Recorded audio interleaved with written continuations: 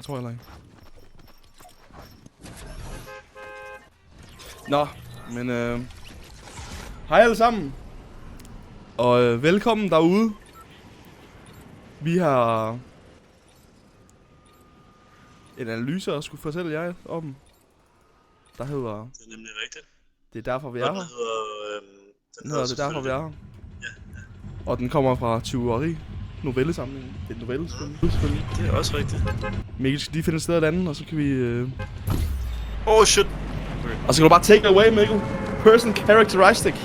Okay, personkarakteristik, ja.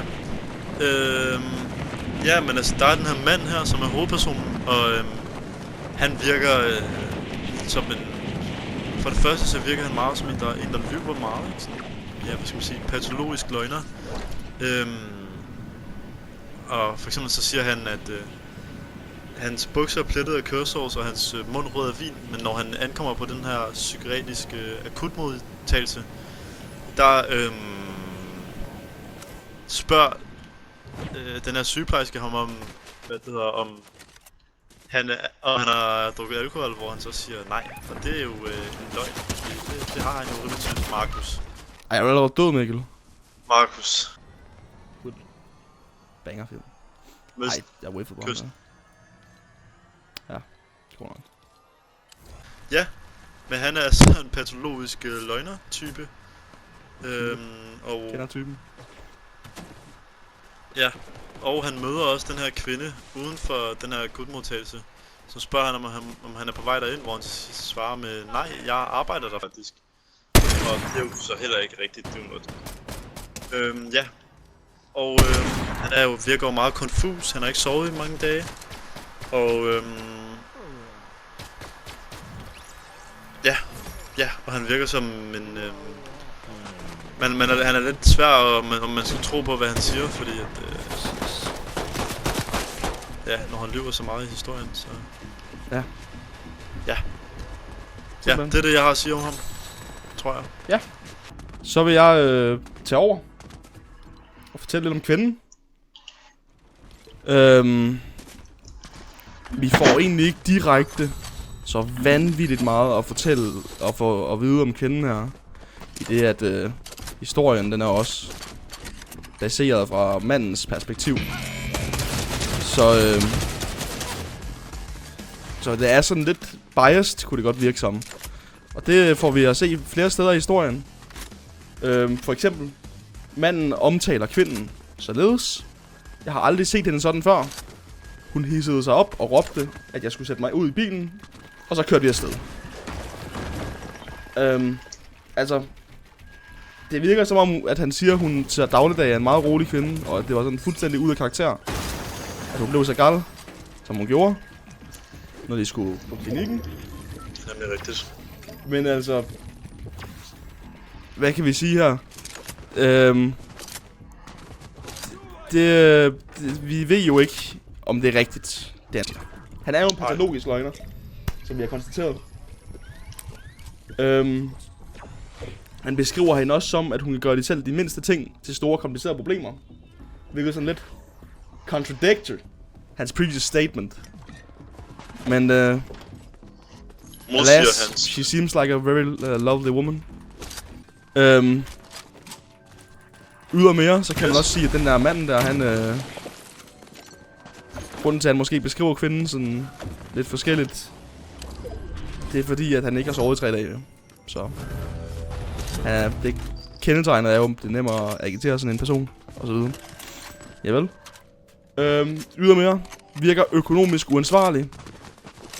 Manden siger, at han ikke har købt noget til sig selv i flere måneder, mens konen konstant drikker sodavand, fordi hun ikke kan lide vand. Og det er altså på trods af, at de får de her breve fra inkassofirmaerne. Eller bare, hvad hedder en inkassofirma, Mikkel, der? Intrum Justita. Noget af den du i hvert fald. Og, ja, det er jo sådan et kassofirma, ja. Det har man bare ikke lyst til. Det er en dårlig dag, når man pakker sådan en brev op der, og det er derfra. Det er den nemlig. Og de køber nye telefoner til børnene hele tiden, når de går i smadret. Lige, han siger det selv. Vi køber og køber og køber. Og det kan jo være et problem, når man er økonomi troubles. Undskyld. Problemer. Vi skal altså lige finde, hvad Walden her, inden vi går videre. Der er du kører. Jamen, jeg kan godt køre. Miljøbeskrivelsen. Jamen, altså, det er jo Danmark, selvfølgelig. Ja. Det er jo Danmark. Selvfølgelig. Miljøet er Danmark. Og brevene fra Intrum Justita, det hentyder til, at det er en økonomisk og lidt halvdårlig situation. Og Intrum Justita, det er altså et kassofirma, som opkræver gæld. Og det viser også måske, at de kommer fra et område, hvor folk har mange økonomiske vanskeligheder. Er det ikke sandt, Markus? Jo, det er sandt, så. Konflikten. Manden, han har ikke sovet i 3 dage. Det resulterer i en ophidset stemning mellem mand og kone. Konflikten piker i det, han kaster en gryde ind i væggen med kødsovs. Der bliver det jo faktisk lidt voldeligt, kan man jo næsten sige. Han insisterer dog på, at det ikke var efter kvinden, men bare på væggen. Så. Ja, og konflikten i bogen, det er jo også den her indre konflikt, han har. Er det ikke rigtigt, Markus? Jo. Mens han sidder derinde, især han kan stoppe med at lyve og sådan noget.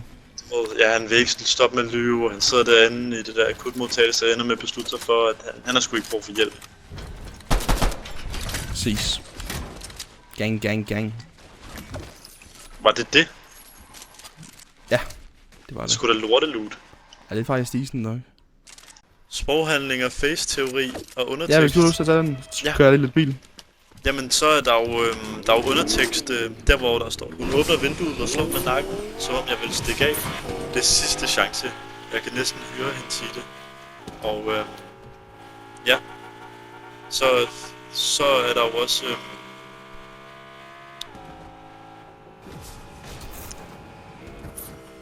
Ja. Nogen derovre. Sagde du den undertekst?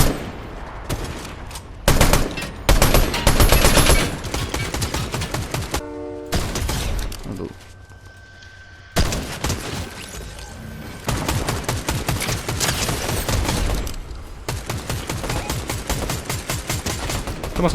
ud. Bag os, Mikkel, bag os. Fik ham. Ja, Mads. iPhone har ikke... Genopliv mig. Shit, Mikkel. Det var lige før det gik galt, det der. Det gik næsten galt. Jeg håber ikke, de kommer. Budskabet og fortolkning og således. Budskabet det er, at man skal huske at betale regningerne, når man kommer, så man ikke ender i suppedagen.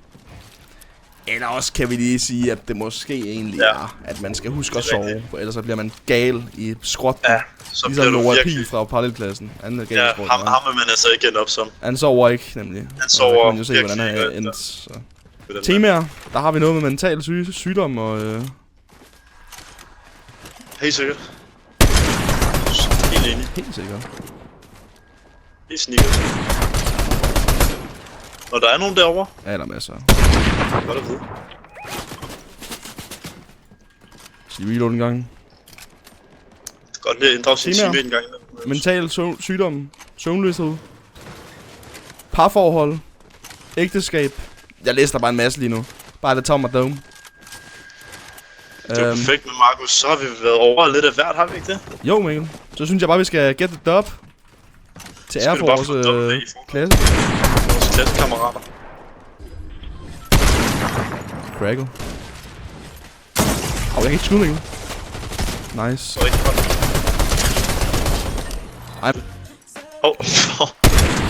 Ikke noget. Hvor er de? Okay, der var en fra højre side, der tagte. Det var dig. Han pusher mig nu.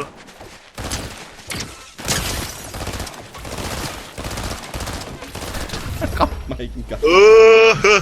Mikkel! Dop til det slut dansk analysen af. Hvad sker der, mand?